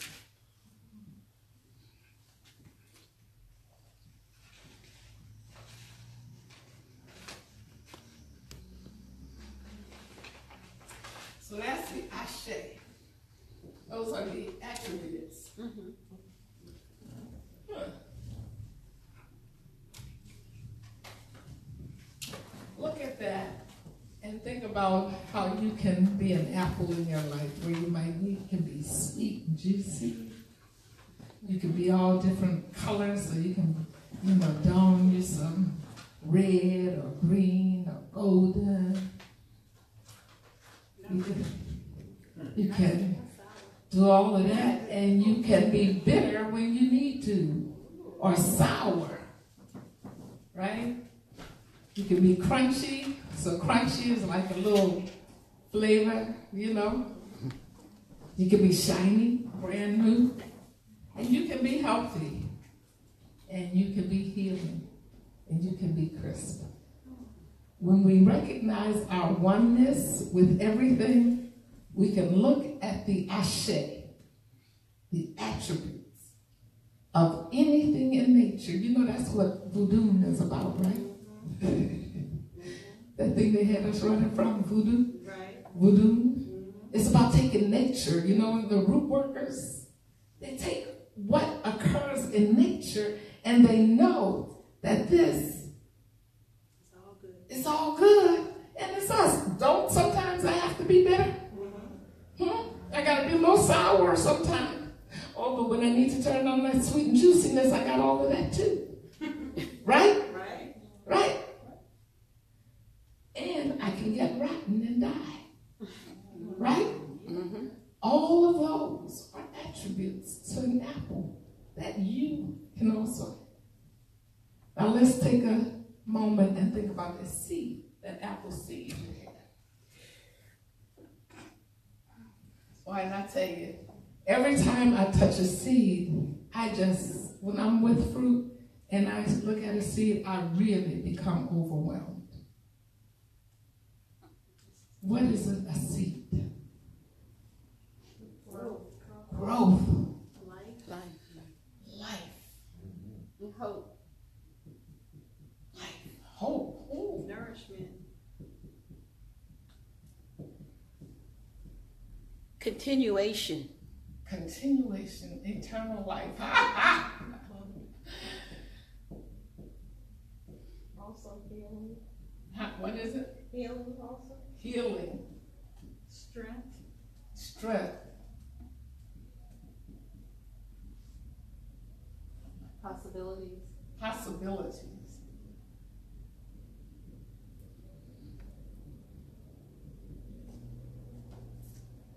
What gets me every time I touch a seed in any fruit, what almost brings me to tears, if that's not an indication of abundance, what in the heck is? An apple seed can have, what, 2, 3 seeds, up to 8 to 10 seeds. One of them little bitty seeds can grow an apple tree with how many apples? With how many seeds? And we walk around here thinking there's lack. Whew. Don't let me get to a watermelon. I have to take a break when I open up a watermelon with seeds. It really does something to me. It really does something to me because if that is not abundance, talking about an abundant universe, what is? That just gets me. And here's the thing. I'm picking out these seeds and I lose one drops. I don't have to go around looking for the seed, right? Because look how many. Right? I cut one, I damage one. I don't have to worry. Look how many. One apple may have had 3, one had 10. But guess what? That one with 3 is about to produce. Right. So while you're around here trying to say, well, why Beyonce got all the money and all I have is this little bit of stuff? You got 3 apple seeds.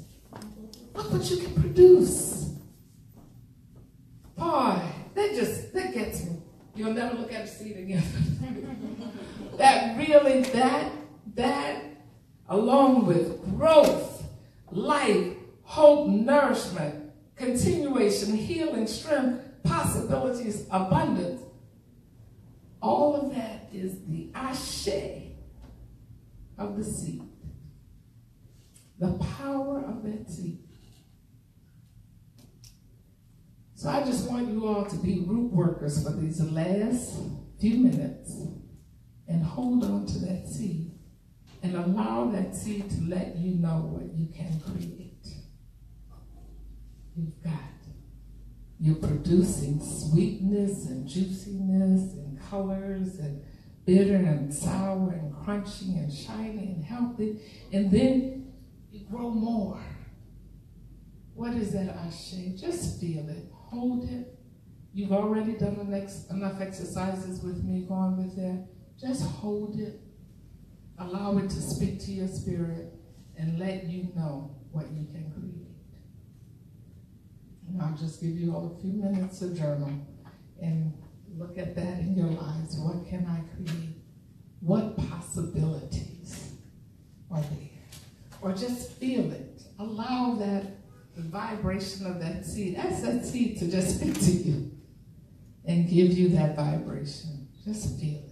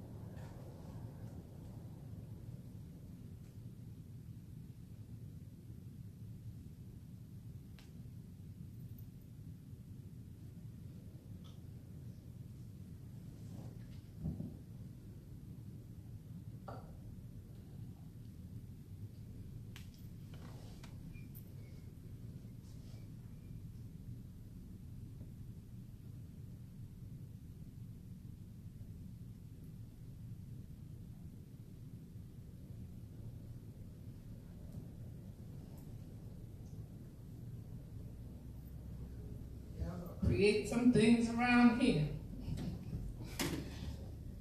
Committed and celebrated and crucified and got the ashe of an apple seed.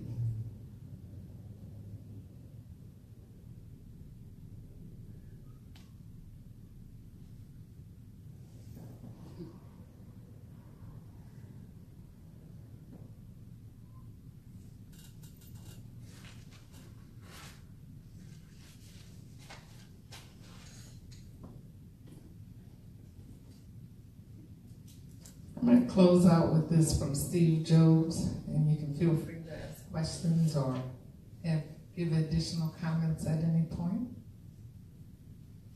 This is from Steve Jobs. He says, "Remembering that I'll be dead soon is the most important tool I've ever encountered to help me make the big choices in life. Because all Steve Jobs, I don't know why I want to call that man Job. I do it all the time, and I can hear my daughter in my ear. Jobs, why can I say Jobs? I'm thinking of Job, Steve Jobs. Okay, let me go back. Remembering that I'll be dead soon is the most important tool I've ever encountered to help me make the big choices in life. Because all external expectations, all pride, all fear of embarrassment or failure just fall away in the face of death, leaving only what is truly important. Remembering you are going to die is the best way I know to stop thinking you have something to lose. You are already naked. There is no reason not to follow your heart. Stay hungry. Stay foolish. Go on and live your life." Messy? Any questions? Any comments? Appreciate you all. I really do. Thank you. Don't y'all want to see that apple? Yes.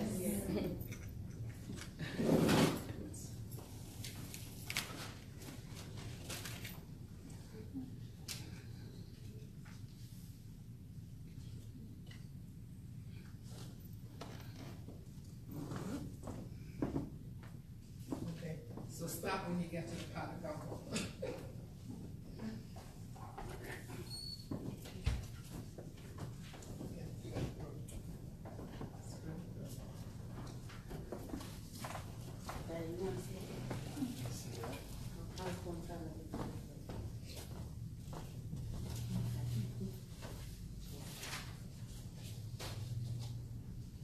I have a question. Sure. What is your website? Do you have a website? I do blissandlife.com. I haven't attended to it in a while. And both my computers crashed. I don't even know the password. Facebook, I'm PJ Cannon.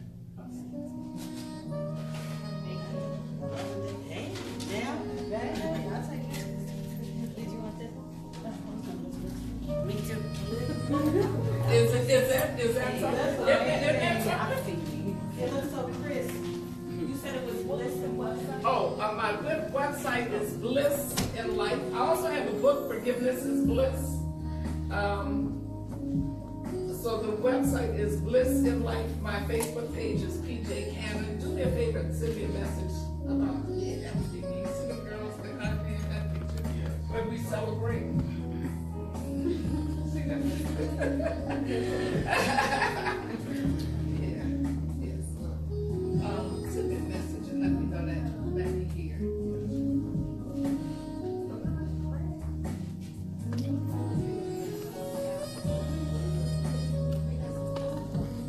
I think it's on the wrong pictures right now. It's on your vegan cooking. I think it's on your vegan cooking. Oh. He found it. Oh, okay. Speaking of vegan cooking. Yes, I do vegan cooking demos. It looks like the same thing you kind of see on TV when the people are sitting there. So Yeah, I that was know fun. we were talking. Tamara and I were like, the next time we're going down there, Yes. we want to be. That's my producer. You're the producer. Yeah. Okay, well we want to be informed. Okay. So we can be in the audience. Don't know if there was any questions.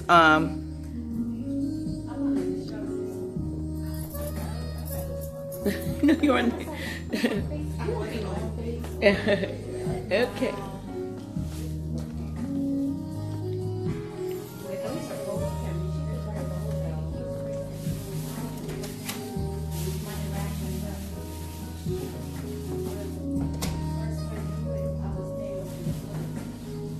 I started choking when I was doing meditation, and I was trying to think how it shook me out of.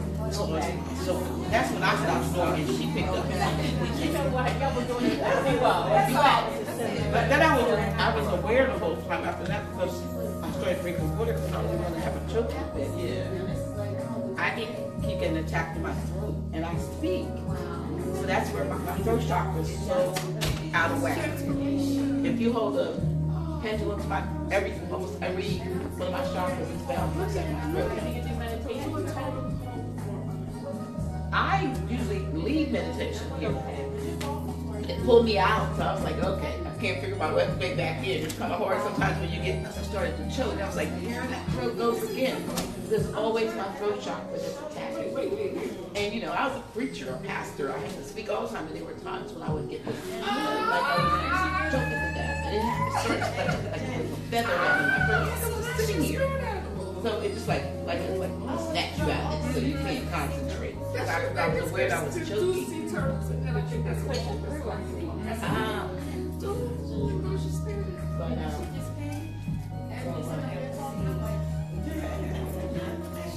So do you do that much? I do.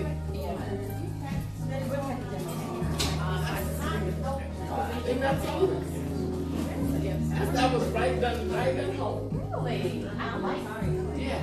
Now, the funny thing about those apples, let me tell you, my daughter tried that apple experiment with her kids, but her kids were so full of love that both of the apples came out fine.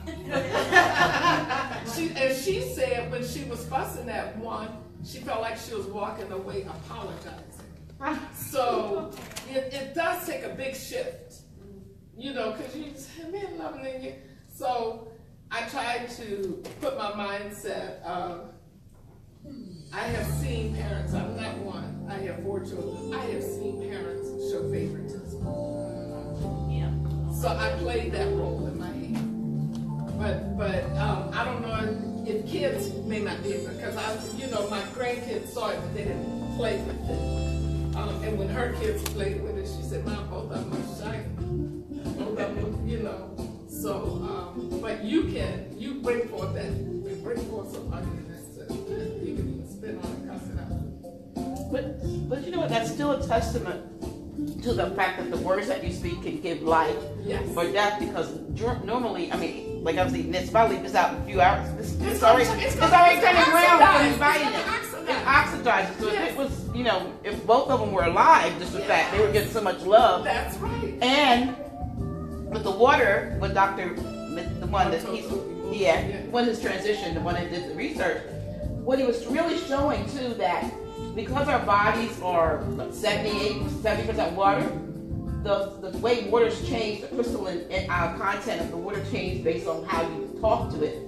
Same effect is on our bodies. That's what she's saying when we talk to our children or our loved ones or whatever. Words heal. Words can give life, or words can cause, death. So when you have to be cognizant when you're talking, and not only to others, to yourself. It's a self-talk. Self-talk. Commitment. Right. Good self-talk. Because we want to give what do I say to myself? How do I handle myself? Do I forgive myself?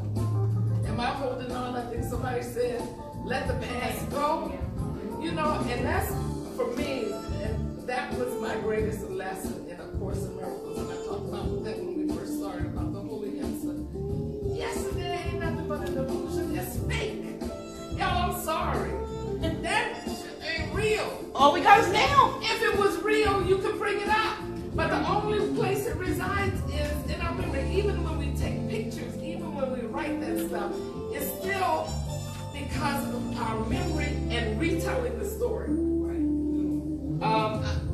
One of my favorite coaches is Juju Mama, Kenya Stone. I don't know if any of you know about her. My husband Rick. They have that they talk about overrelating, but beyond that, they are such awesome coaches, and I decided I was going to go back and get certified through them, because I started with them like 10 years ago. But they do something called lacing, which helps you, and it's a process first to look at the whole story, and then they help you rewrite a new story. See, because my story, when I talked about my mama, was the fact that I used to get a whipping every day. And I literally did. But it's hard for me now to imagine, no, Mama, there's no way my mama really whipped me every day, because I rewrote the story.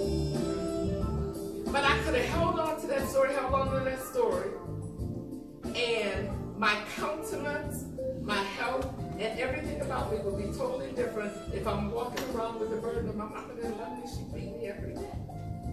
But I decided, I don't like that story too much, because it's not serving me well. Right. So let me rewrite one. Start thinking about Mama sitting down playing jacks with me, combing my hair. You got the Easter celebration. You know what I'm saying? This is good stuff. So it's all about rewriting your story and deciding, is this story I'm telling myself serving me?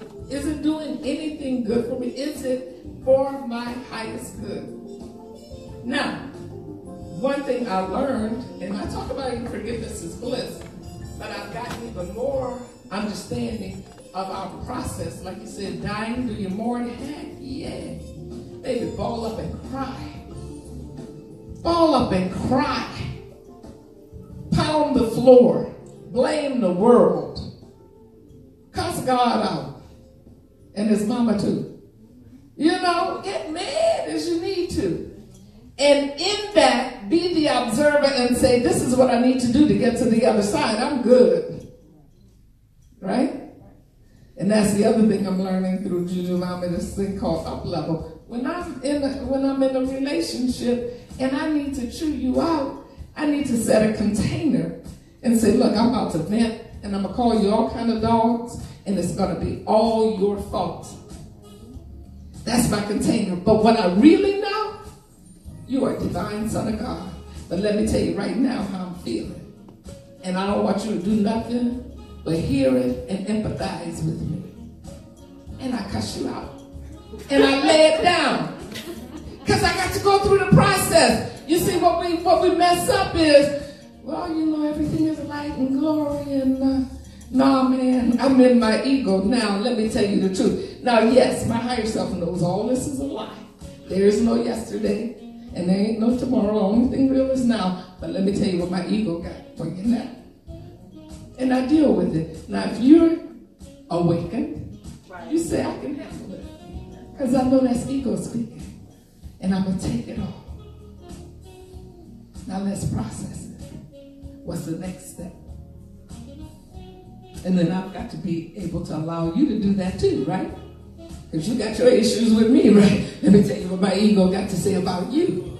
Now, what I know is you are a holy child of God. There's nothing imperfect about you. But let me tell you about that time when you did this, that, and the other, you know? So we come into all this stuff we're learning. We come to the realization that this is but a journey. It's really just a show that we're watching and we're participating in, so we can become observers. We can write the story as we want. Use that creative process. I remember hearing about an old African proverb. The little child said he's scared to go into the jungle because there might be a lion in the jungle. And the sage said, well, you're writing a story. You want a lion in there or a friendly giraffe? What you want?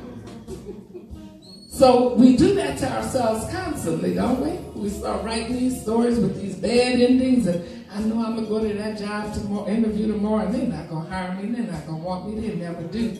They're not hiring black folks, they only want white people, you know. We start writing the saddest endings to our stories.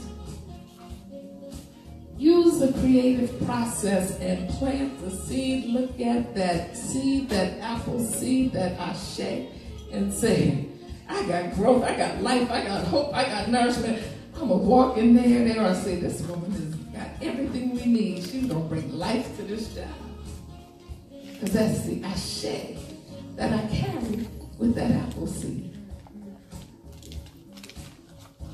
So now the sermon comes out, huh? So, makes sense? Yeah. Yeah, it makes sense. So it's like in this journey, I just want you all to realize the power that you have. This is not, we're not playing games when we talk about you being the metaphysician and you being the creator. Look at that apple when you doubt it. You say, that's some BS. Because even as I've been practicing this stuff for a long time, and sometimes I doubt my own power. My ego will tell me, you're studying and believing all that stuff. Well, you're $1 million. You know? But I can look back at that apple. Yes, ma'am. You mentioned two names, Juju Mama and Kenya Stone. How Kenya, JUJUMAMA LLC, I think, .com. I'm telling you, they are known. She was on Dr. Phil and Monique show. They're known. They are, and I think this is unfortunate. They are known for. They believe we're under a new paradigm. We are that monogamy is a force. It's like, so it would take them to explain it. And that's what they're known for. Open relay. And she talks about choice paradigms. But it's such, oh, this woman is such a prophet. For women, she talks about choice paradigms. You know how we always seem to go to the bad guys, the bad boys? But they got the good. That's our womb choice. That's our womb choice. That's what our body is calling for. And we think we're trying to make them something else, but that's not what their role is. So we're trying to make them something what they're not to be. But you know, you got this guy who is your support. He got your back. So you've got a support choice. You also may have a crown choice. This brother you can talk to about anything, and he can just help you grow and elevate and get deeper and deeper. He's your crown choice. But he still wants a good. Right? Then you have, which many of us don't take advantage of. I'm one of them who've never really taken advantage of this one. It's a money choice, the manifest. What you think Trump is to Melania? That's her money bag. That's her money choice. And you see some women who have men who take very, very, very good care of them. That's their money choice. And there's a counterpart to what men want. Y'all get bored in a second with one woman. But y'all don't know women get bored with y'all too. You know what I'm saying? So they just taught the new paradigm, and they're bringing it out in the open. We've got divorce rates all out the yin-yang because people are trying to stick down one path, and it's time to expand more. I wish y'all could get them in here, but that's what they're known for. But when you look at the coaching, like the up level, like I talked about, the lacing and rewriting your stories and learning how to communicate. Because if you open relating, they'll tell you in a minute, people think that, oh, well, okay, because you stop lying, first of all. And so often people think that, okay, well, now my wife says it's okay for me to have more than one woman, and I'm okay with her, with more than one. The problems are just as much as in monogamous relationships. So I say all that to say what they can teach you, even if you're not interested, because I'm still monogamous. Even if you're not interested in that, what they can teach and bring to you to even understand why you're choosing monogamy, to understand how to communicate with your partner, which means I learned how to communicate with you, sis. So when I figure you stepped on my toe, it's like, back up, wait a minute, I know you all this, the child of God, you the God is. Let me tell you how I feel about you right now, and you give me permission. And then we go through our process. And they've got another process of the three-way mirror, because see, what we don't realize too is when you're irking me, you ain't doing nothing but reflecting back to me what's irking me. What I tell y'all, we talked about that earlier, right? It's always a reflection. So we learn how to look in that three-way mirror and see it's just myself that I'm looking at. I just want to just add something to what you said, or for thought. With terms of relationships, I think what happens, particularly when we have engaged in what we call marriage or Mars rage, when we institute the matrimony, but when we do that, what we fail to realize is that there's a till death do us part. But I really feel that death doesn't have to be physical, because I feel that sometimes the assignment and the purpose of a particular relationship outlives, and then we're locked into a contract, right. And you may no longer have romantic feelings or so forth for your mate, but you're contracted, and something is telling you, one of you gotta die. But I think the death sometimes is the assignment, and when you two can sit down and talk about, we have come to an impasse, or you have gone beyond me, or something. People should be able to be honest about that without it causing consternation or physical violence, or one person tearing down another, because assignments change, even in relationships. Absolutely. And one thing they're proponent of, though, believe it or not, is stay and play. Stay and play. And it's easier. Again, you have to follow the philosophy and be in it to really understand and have them explain it better. But the theory is, what has happened is you've transitioned, you've changed, and your spirit is calling for something else, but it doesn't mean that this person still can't serve you. So what it may mean is, I've been neglecting, I need a womb choice, and I've been hanging on to my support choice, trying to make him my womb choice, and so now I'm disgruntled. Make sense? Makes sense. But if I stay and play, and me and my man got to understand it, like, baby, I don't ever want to leave you. I love you. But this is a part of me that needs to be satisfied. And guess what his words to me probably will be? Well, let me tell you about that part of me that needs to be satisfied that you ain't fulfilling. Right? So, that's expansion, and whether we are willing to accept it or not, that's a new paradigm. That's where we're headed.